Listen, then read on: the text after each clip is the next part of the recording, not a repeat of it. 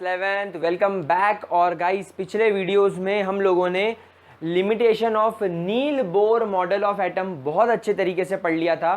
उसके लिमिटेशंस देख लिए थे हम लोगों ने। डी ब्रोगली का ड्यूअल नेचर ऑफ मैटर पढ़ लिया था। हाइसेनबर्ग का अनसर्टेनिटी प्रिंसिपल देख लिया था। And now it is high time to start our latest model of atom, that is quantum mechanical, और इसका एक और नाम है that is wave mechanical model of atom. Wave mechanical और quantum mechanical model of atom. तो guys अब यहां पर इस चीज को ध्यान से समझो। इस मॉडल का जो बेसिक एलिमेंट है वो बहुत ज़्यादा हाई लेवल का होने की वजह से हम लोग 11th में इनफैक्ट जेई और नीट लेवल पर भी इसको पढ़ने की कोशिश नहीं करते। लेकिन मैं यहाँ पर आप लोगों को एक इक्वेशन ज़रूर पढ़ाऊँगा। इक्वेशन कैसे आई, उसके पीछे क्या लॉजिक रहे, क्या कैलकुलेशंस रहे, वो हम लोग बात नहीं करेंगे। हम लोग उस इक्वेशन की बात पढ़ेंगे और उस इक्वेशन से हम लोग क्या क्या पता लगा सकते हैं और उस इक्वेशन की मदद से हमें क्या क्या चीज़ें फ्यूचर में पता पड़ने वाली है वो ज़रूर हम लोग बात करेंगे। तो गाइज वेव मैकेनिकल मॉडल या क्वांटम मैकेनिकल मॉडल जो होता है that was given by Schrodinger, that was given by Schrodinger. ठीक है, तो ये जो मॉडल आज लेटेस्ट हम लोग फॉलो करते हैं दैट वाज गिवन बाय स्क्रॉडिंजर। स्क्रॉडिंजर का ये कहना था कि अभी तक जितने भी मॉडल्स आए हैं, थॉमसन की तो हम लोग गिनती करते नहीं है, रदरफोर्ड का मॉडल आ गया, नील बोर का मॉडल आ गया, सोमरफील्ड के मॉडल्स आ गए, ये सब 2 डायमेंशनल मॉडल्स होते थे। लेकिन हम लोग सब जानते हैं कि इस दुनिया में रियलिटी में हम 3 डायमेंशनल चीज़ें देखते हैं।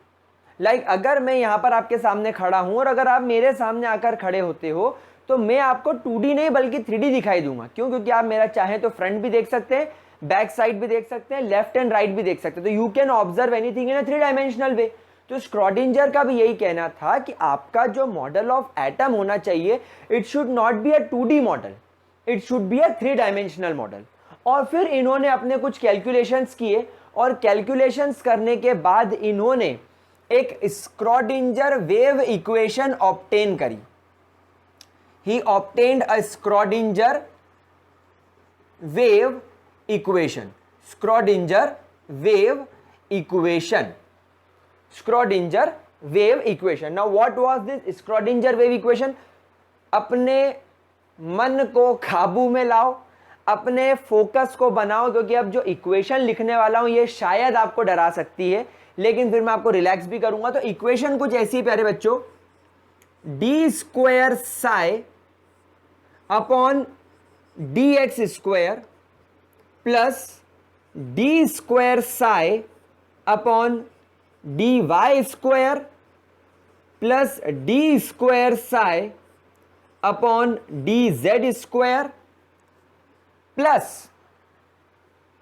8 pi square m upon h square e minus v psi is equal to 0. This equation was obtained by Schrodinger uncle. Schrodinger uncle ने इस इक्वेशन को ऑब्टेन करा।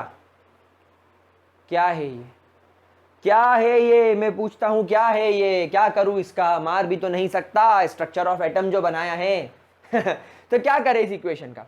तो आपको क्या करना है मैं बताता हूं, हमें इससे क्या ऑब्टेन करना है ये मैं आपको बताता हूं। ध्यान से सुनना। दिस साई, ये जो साई आपको स्क्रॉडिंजर अंकल ने दिया इसको बोला जाता है wave function. This psi is called as wave function and इसका कोई फिजिकल सिग्निफिकेंस नहीं है and it have no physical significance. अगर ये मौजूद कहीं पर है तो इसका होना और इसका ना होना एक बराबर है, इसका कोई फिजिकल सिग्निफिकेंस माना नहीं जाएगा। इसके पीछे क्या लॉजिक होगा ये मैं आपको डेफिनेटली सिखाऊंगा, लेकिन कब? जब मैं आपको इसकी इक्वेशन का इस्तेमाल करके, इस इक्वेशन का इस्तेमाल करके शेप्स ऑफ ऑर्बिटल की तरफ लेकर चलूंगा। तो जब हम लोग shape of N atomic orbital की तरफ चलेंगे तब हम कुछ ग्राफ प्लॉट करेंगे और उन ग्राफ के बेसिस पर एक एक ऑर्बिटल का शेप डिटरमाइन करेंगे। अभी तो आपको पता भी नहीं है कि ऑर्बिटल्स क्या है, तो पता लगेगा। तो जब हम लोग उनके शेप पर जाएंगे तब हम इस साई की बात फिर से करेंगे। दूसरी बात हमें बोली श्रोडिंजर ने कि मैंने माना मेरे साई का कोई फिजिकल सिग्निफिकेंस नहीं है, लेकिन अगर मैं इस साई की वैल्यू का स्क्वायर कर दूं तब इसका फिजिकल सिग्निफिकेंस आने लगता है। And now what is Sai square? Sai square gives you the probability of finding probability of finding 90% electrons. देखो आप, स्क्रोडिंजर ने कौन सी भाषा का इस्तेमाल किया साई स्क्वायर को बताने के लिए? Probability of finding 90% electron. इन्होंने यहां पर दो इंपॉर्टेंट चीजें फॉलो करी। पहली, इन्होंने शब्द का इस्तेमाल कर दिया प्रोबेबिलिटी, हो सकता है, देयर आर सम चांसेस, और कितने इलेक्ट्रॉन्स ढूंढे? 90%, 100% नहीं गए। मतलब यहां पर सीधा सीधा स्क्रोडिंजर ने अपने मॉडल में यह कह दिया कि नील बोर जैसे स्पेसिफिक शेल बोलते थे, शेल का स्पेसिफिक रेडियस बोलते थे, इलेक्ट्रॉन्स की स्पेसिफिक वेलोसिटी, स्पेसिफिक पाथ बोलते थे, यहां पर ऐसा कुछ भी नहीं है। यहां पर हर चीज प्रोबेबिलिटी के ऊपर डिपेंड करेगी। मिलना हो तो मिले, ना मिलना हो तो ना मिले। 100% कुछ चीज यहां पर नहीं होगी। तो स्क्रोडिंजर ने अपने मॉडल में purely uncertainty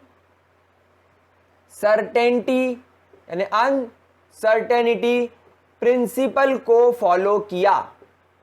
he used uncertainty principle in his model. क्या ये बात समझ में आई आपको? आगे चलते हैं।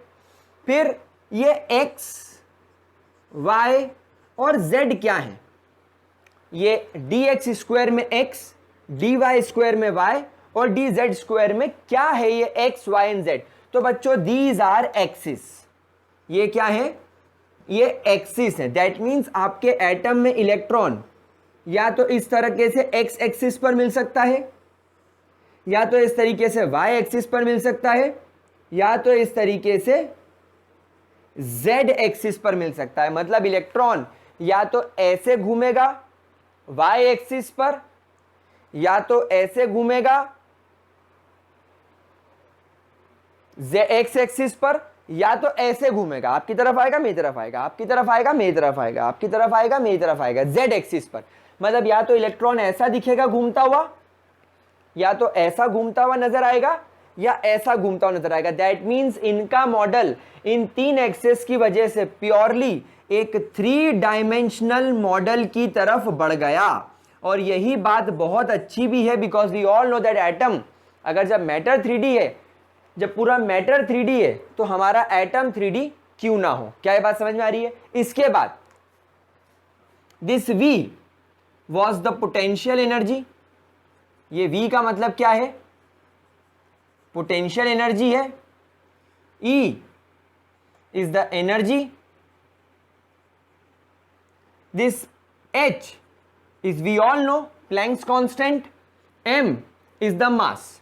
तो इस तरीके से स्क्रोडिंजर ने हमारे सामने एक वेव इक्वेशन प्रेजेंट करी, और इस वेव इक्वेशन में हमें psi, psi square, x, y, z, v, e, h और एम पता होना चाहिए कि ये क्या है। अभी हमारे लिए बस इतना ही काफी है। पहले जरा इतना नोट कर लो, फिर आगे चलते हैं। Please note it down. चलो आगे चले, कोई दिक्कत? चलिए, अब इस प्रोबेबिलिटी ऑफ फाइंडिंग इलेक्ट्रॉन्स का क्या मतलब है, स्क्रोडिंजर ने हमें आगे अच्छे तरीके से एक्सप्लेन किया। तो स्क्रोडिंजर ने बोला, आप नील बोर की बात क्यों मान रहे हो? आप सोमरफील्ड के मॉडल को क्यों देख रहे हो? वो तो 2D है। रियलिटी में इमेजिन करो स्ट्रक्चर ऑफ एटम एक मधुमक्खी के छत्ते की तरह है।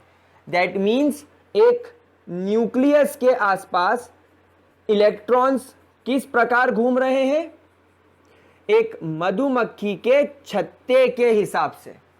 तो ये जो न्यूक्लियस है आप इसे एक हनी बी हाइव मान लो, एक मधुमक्खी का छत्ता मान लो। आप लोग सब जानते हैं मधुमक्खी के छत्ते के आसपास मधुमक्खियां 3 डायमेंशन में घूम सकती है, 3 टाइप से घूम सकती है। कैसे? एक इस पाथ पे घूमे, एक इस पाथ पे घूमे और एक पीछे से जाकर आगे फ्रंट में आकर फिर पीछे चली जाए, इस तरीके से घूम सकती है। तो ये एक 3 डायमेंशनल मॉडल हो गया। तो एग्जैक्टली आपका एटम के आसपास इलेक्ट्रॉन भी कैसे घूम रहे हैं, मधुमक्खी के छत्ते की तरह। मतलब अगर ये छत्ता आपने फॉर एग्जांपल अगर ये छत्ता है तो मधुमक्खियां ऐसी भी भिन्न भिना सकती है, ऐसी भी भिन्न भिना सकती है और ऐसी भी भिन्न भिना सकती है, ऐसी। तो ये पूरा एक 3 डायमेंशनल मधुमक्खी के छत्ते की तरह आपका एटम होता है। नो डाउट मधुमक्खियों के छत्तों का जो घूमने वाली जो पोजीशन होगी वो अपनी पोजीशन पर ही घूमेंगे।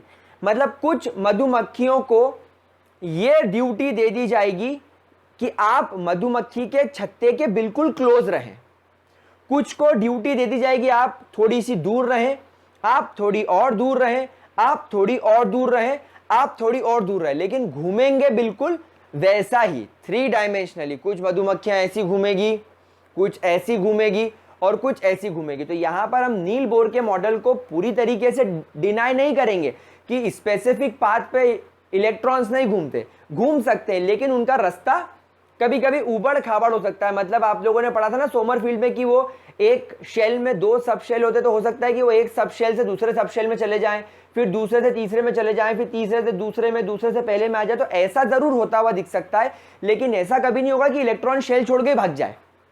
इस बात का ध्यान रखिएगा।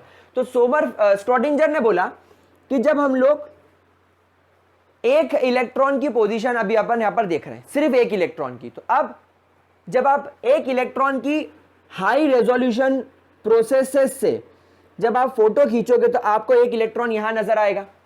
लेकिन हम लोगों को क्या करना होगा, इस एक एटम की लाखों करोड़ों फोटोज लेनी पड़ेगी, तभी तो आपको पता चलेगा कि इलेक्ट्रॉन किस प्रकार घूम रहा है। अभी तो आपने सिर्फ पोजीशन देख ली, पाथ कैसे पता चलेगा। तो श्रोडिंगर ने क्या करा, high resolution x ray diffraction method से, अलग अलग मेथड से एक एटम के बहुत सारे फोटोग्राफ लिए। तो किसी फोटो में इलेक्ट्रॉन यहां दिखा, फिर अगली फोटो में इलेक्ट्रॉन यहां दिखा, फिर यहां दिखा, फिर यहां यहां यहां, ऐसे उनको क्या हुआ, इलेक्ट्रॉन्स अलग अलग फोटोग्राफ में अलग अलग पाथ पर दिखते गए। और उन्होंने क्या करा, इन सारी फोटोज को फिर क्या करा, मर्ज करा। तो जब उन्होंने मर्ज करा तो उन्होंने ये पाया कि एक इलेक्ट्रॉन यानी इलेक्ट्रॉन से एक एटम के अंदर आप देखोगे कि न्यूक्लियस के पास इतना ज्यादा डेंस आपको एक पिक्चर नजर आएगी। मतलब जैसे बादल नहीं होते, बादल, बिल्कुल एक बादल जैसा आपको कवरिंग दिखाई पड़ेगी न्यूक्लियस के आसपास। मतलब न्यूक्लियस के आसपास इतना घना बादल दिखाई देगा, और ये घना बादल ऑब्वियसली किसका है, इलेक्ट्रॉन का। मतलब इलेक्ट्रॉन जो है वो न्यूक्लियस के बिल्कुल पास में चिपक के इस तरीके से चल रहा है। लेकिन जैसे जैसे आप लोग इस न्यूक्लियस से दूर जाना चालू करते हो, जैसे जैसे आप इस न्यूक्लियस से दूर जाना चालू करते हो, आपको ये इलेक्ट्रॉन की डेंसिटी कम होती हुई दिखाई पड़ती है। क्या ये बात समझ में आ रही है आप लोगों को? तो as you can observe that close to nucleus electron density is very high, और जैसे जैसे आप दूर जा रहे हो इलेक्ट्रॉन डेंसिटी कम होने लगी। तो श्रोडिंगर ने एक हाइपोथेटिकल लाइन बना दी जहां पर उनका यह मानना था कि इस लाइन के अंदर, इस नीली कलर की लाइन के अंदर, इस नीले कलर के सर्कल के अंदर जितने इलेक्ट्रॉन्स होंगे वो 90% होंगे, बाकी के 100% बहुत दूर चले गए, हमको उससे कोई लेना देना नहीं है। फोटो में बहुत दूर चले गए, हमको उससे कोई लेना देना नहीं है। हमको तो इस क्लाउड के अंदर 90% इलेक्ट्रॉन दिख रहे हैं, दैट मीन्स यही हमारे इलेक्ट्रॉन का पाथ है। हमारा इलेक्ट्रॉन इस पाथ में कुछ इस तरीके से घूम रहा है। तो समझ रहे हो, कभी न्यूक्लियस से क्लोज है, कभी दूर, और ये सारी फोटो एक ही इलेक्ट्रॉन से ली गई है। मैं बता दूं, ऐसा नहीं कि 1000 इलेक्ट्रॉन्स हैं, एक ही है जिसकी लाखों करोड़ों फोटो को मर्ज कर दिया गया है। तो ये एक इलेक्ट्रॉन कभी यहां भी दिख रहा है, कभी यहां भी दिख रहा है, कभी यहां भी दिख रहा है, लेकिन हम लोगों को एक ऐसा एरिया जरूर मिल गया जिसके अंदर हमें कितने इलेक्ट्रॉन्स मिल गए, 90%। तो this is the area under which, एक ऐसा एरिया है under which we get 90% of electrons. अब आप सवाल करोगे कि सर ये इलेक्ट्रॉन एक ही है तो न्यूक्लियस के पास से इतना दूर क्यों चला गया? आप देख कैसे रहे हो? हाई रेजोल्यूशन माइक्रोस्कोप से। आपको उसको देखने के लिए उस पर कोई लाइट गिरानी पड़ रही होगी, यानी कोई फोटोन गिराना पड़ रहा होगा। तो कभी फोटोन ने इलेक्ट्रॉन को बहुत ज्यादा एनर्जी दे दी तो वो उछल के दूर चला गया, कभी लिमिटेड एनर्जी दी तो वो न्यूक्लियस के पास रहा, कभी एवरेज एनर्जी दी तो यहां आ गया। तो most of the time electron आपको यहीं पर दिख रहा है, इसलिए हम लोग इसी एरिया को कंसीडर करेंगे। और बच्चों, इस एरिया को एक ऐसा area under which we get 90% of electron, और इसको स्पेसिफिक भाषा में बोला जाएगा, it is the area under which probability of finding electrons, probability of finding electrons is 90%। इस एरिया के अंदर इसे बोला जाएगा एक ऐसा एरिया जिसके अंदर इलेक्ट्रॉन के मिलने की संभावना 90% हो, and it is called as orbitals. एक नया वर्ड आपके सामने इंट्रोड्यूस हुआ, दैट इज ऑर्बिटल। अभी आप लोगों ने शेल, पाथ और उसी को ऑर्बिट कहा था, यानी ऑर्बिट एक शेल हो गया। सोमरफील्ड ने बताया कि ऑर्बिट के अंदर या शेल के अंदर सब शेल्स होते हैं। और अब स्क्रोडिंजर ने एक तीसरी बात बताई कि एटम के अंदर ऑर्बिटल्स भी होते हैं। तो व्हाट आर ऑर्बिटल्स? या ऑर्बिटल्स का एक और नाम होता है electron cloud. Why they are called as electron cloud? बादल जैसा नहीं नजर आ रहा है आपको यहां पर? तो ये जो एरिया है, इस एरिया के अंदर आपको इलेक्ट्रॉन के मिलने की संभावना कितनी है? कितनी है? 90%। क्या ये बात समझ में आ रही है? तो न्यूक्लियस के आसपास एक ऐसा एरिया जहां पर इलेक्ट्रॉन के मिलने की संभावना 90% हो, उसको बुलाएगा ऑर्बिटल। तो ये हो गया आपका फर्स्ट ऑर्बिटल जो न्यूक्लियस के आसपास दिखाई दे रहा है। क्या ये बात समझ में आई बच्चों? क्या इसके अंदर किसी भी तरीके की कोई भी प्रॉब्लम? तो इस तरीके का कुछ नजर आता है हमारा एटम। अभी भी पूरा एटम का मॉडल नहीं सिखाया मैंने आपको, अभी आपको मैंने सिखाया है कि ऑर्बिटल्स होते हैं। अब ये ऑर्बिटल्स क्या बला है, ये स्क्रोडिंजर हमें और अच्छे तरीके से और प्यार से समझाते हैं। लेकिन स्क्रोडिंजर ने एक बात जरूर कही कि मैं ये मानता हूं कि अब क्योंकि एक इलेक्ट्रॉन कभी यहां है तो वो इलेक्ट्रॉन कभी यहां है और वो इलेक्ट्रॉन कभी यहां है, तो क्या आप न्यूक्लियस से इस इलेक्ट्रॉन का फिक्स रेडियस निकाल सकते हो? नहीं, अब उसका फिक्स रेडियस निकालना नामुमकिन है। मतलब कि इलेक्ट्रॉन क्योंकि फिक्स पाथ में घूम ही नहीं रहा है, एक फिक्स एरिया में घूम ही नहीं रहा है, तो मैं उसका रेडियस कैसे निकाल लूं? मतलब इलेक्ट्रॉन का सर्कुलर मोशन बिल्कुल भी नहीं है। इलेक्ट्रॉन एक सर्कुलर पाथ में बिल्कुल भी नहीं घूम रहा है, वो एक मधुमक्खी की तरह घूम रहा है, कभी दूर तो कभी पास, कभी दूर तो कभी पास, कभी दूर कभी बहुत दूर, कभी पास तो कभी बहुत पास। तो उस एक इलेक्ट्रॉन का जो रास्ता होगा उसी को अपन ने पाथ बोला, लेकिन यह तो पाथ ही उबड़ खाबड़ है, तो कोई स्पेसिफिक रेडियस नहीं निकाल सकते। रेडियस स्पेसिफिक नहीं निकाल सकते तो वेलोसिटी निकालना भी थोड़ा सा मुश्किल हो जाएगा हमारे लिए। लेकिन आप लोग नील बोर के हिसाब से जो एनर्जी निकालने का आपने फॉर्मूला था, एनर्जी ऑफ एन इलेक्ट्रॉन या इलेक्ट्रॉन इन शेल, आप इस फॉर्मूले का बिल्कुल इस्तेमाल कर सकते हैं। वो फॉर्मूला यहां पर एप्लीकेबल होगा, that is -13.6 Z² upon n² electron volts. You can use this formula, no doubt. अच्छा, इस इलेक्ट्रॉन वोल्ट्स को अगर आपको जूल्स में कन्वर्ट करना है तो आप लोगों को यहां पर इलेक्ट्रॉन की जगह just put E is equal to 1.6 into 10⁻⁻19। तो जैसे ही आप ये वैल्यू रखोगे ये इलेक्ट्रॉन वोल्ट्स की यूनिट जूल्स में कन्वर्ट हो जाएगी। तो अगर आपको एनर्जी जूल्स में चाहिए तो आपको इसमें मल्टीप्लाई करना पड़ेगा। 13.6 में आपको इतना मल्टीप्लाई कर दो, Z² n², तो यूनिट काय में आ जाएगी आपकी? जूल्स में आ जाएगी। तो आप इस फॉर्मूले से एनर्जी को निकाल सकते हो बिना किसी परेशानी के। क्या ये बात समझ में आ रही है? क्या इसके अंदर किसी भी तरीके का कोई डाउट? प्लीज इतना जरा ध्यान से देखेंगे, इस चीज को नोट करेंगे। अब ये है आपका बेस, ये है आपका बेस इस चीज को समझने का। Please note it down. हो गया? चलो तो बच्चों, अब स्क्रॉडिंजर ने कैसे, क्यों, कब, किस तरीके से स्क्रॉडिंजर वेव इक्वेशन को और सॉल्व करा, हमें पढ़ने का कोई मतलब नहीं है। अगर आपको पीएचडी करनी हो तो आप स्क्रॉडिंजर अंकल से जाकर मिले, otherwise 11th 12th JEE NEET के लिए स्क्रॉडिंजर अंकल को दूर से बस सलाम ठोको, उनकी इक्वेशन के बारे में पढ़ो और बड़े चलो। हाँ, समझ में आ रही बात? नाउ स्क्रॉडिंजर ने एक बात बोली कि जब मैंने अपनी स्क्रॉडिंजर वेव इक्वेशन के और डिटेल में गया और उसको और ज्यादा अच्छे से जब मैंने सॉल्व करना चालू करा, मुझे कुछ नंबर्स मिले और उन नंबर्स का नाम था क्वांटम नंबर्स। क्योंकि क्वांटम मैकेनिकल मॉडल है तो उन्हें क्या मिला? उन्हें कुछ क्वांटम नंबर मिले और इन क्वांटम नंबर्स को उन्होंने कुछ नाम दिए। पहला नाम उन्हें मिला प्रिंसिपल क्वांटम नंबर,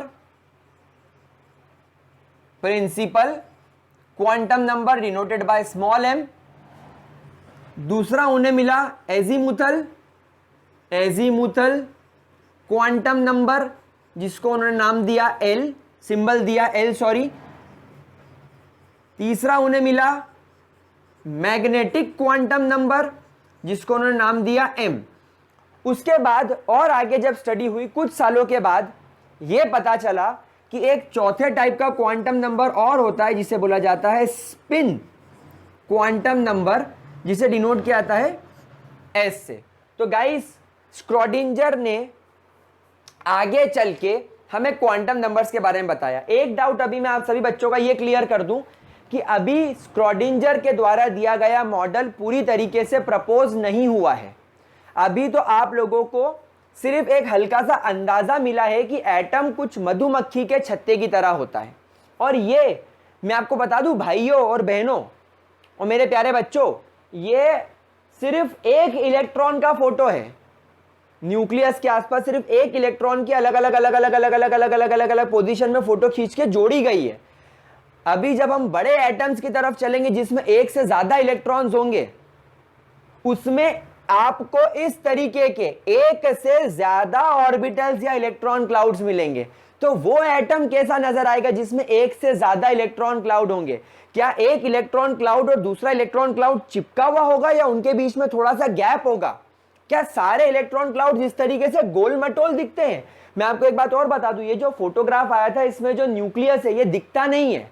मतलब न्यूक्लियस बीच में एक सीड की तरह, जैसे आम या कोई भी सिंगल सीड वाला जो फ्रूट होता है, तो जैसे आम बेस्ट एग्जांपल है। आम की गुठली क्या आपको आम के बाहर से नजर आती है? नहीं, जब आप पूरा आम खा जाओगे तब अंदर गुठली दिखेगी। तो ठीक उसी तरह न्यूक्लियस को चारों ओर से एक इलेक्ट्रॉन ने घेर रखा है, मतलब स्फेरिकल शेप है। इस ऑर्बिटल का शेप स्फेरिकल है। तो मैंने इसको आप समझो बीच में से काट के दिखा रहा हूं। आम को मैंने बीच में से इस तरीके से काट दिया तो आपको बीच में सीड और आसपास पल्प दिख रहा है। समझ रहे हो बात को? तो रियलिटी में ये जो इलेक्ट्रॉन्स है इन्होंने चारों तरफ से इलेक्ट्रॉन को कवर किया हुआ है। न्यूक्लियस दिख ही नहीं रहा है, सॉरी, न्यूक्लियस को इलेक्ट्रॉन ने चारों तरफ से कवर किया है, दिख ही नहीं रहा है न्यूक्लियस कैसा है। तो क्या सारे इलेक्ट्रॉन क्लाउड्स का शेप स्फेरिकल होगा या कोई और शेप भी ये पजेस कर सकते हैं? क्या सारे इलेक्ट्रॉन क्लाउड्स का शेप इतना छोटा होगा या किसी का शेप बड़ा, किसी का शेप और बड़ा होगा? तो गाइस, अभी इस वीडियो में वेव मैकेनिकल मॉडल खत्म नहीं हुआ है बल्कि शुरू हुआ है। अब हम लोग अगले क्लास में क्वांटम नंबर समझेंगे, जिसकी वजह से हमें शेल, सब शेल, ऑर्बिटल और एक ऑर्बिटल में कितने इलेक्ट्रॉन्स और इलेक्ट्रॉन्स का ये स्पिन क्या होता है इसके बारे में पता चलेगा। फिर क्वांटम नंबर समझने के बाद हमें इतनी अक्ल आएगी कि हम इन ऑर्बिटल्स के शेप को पढ़ सके और वो जो साई और साई स्क्वायर बताया था, तो साई का क्यों फिजिकल सिग्निफिकेंस नहीं है और साई स्क्वायर का फिजिकल सिग्निफिकेंस क्यों है, ये समझ में आएगा। तो गाइस, अब यहां से इन वीडियोस को ध्यान से देखना। अगर एक वीडियो में भी ध्यान इधर उधर हुआ तो थोड़ा सा कंसेप्ट गड़बड़ा सकता है। तो गाइस प्लीज इसको ध्यान से देख लीजिए, अगले वीडियो का वेट करो, अगले वीडियो में स्टार्ट करेंगे क्वांटम नंबर्स और उसके बाद फिर स्टार्ट करेंगे शेप्स। तो that's all for this video, bye bye.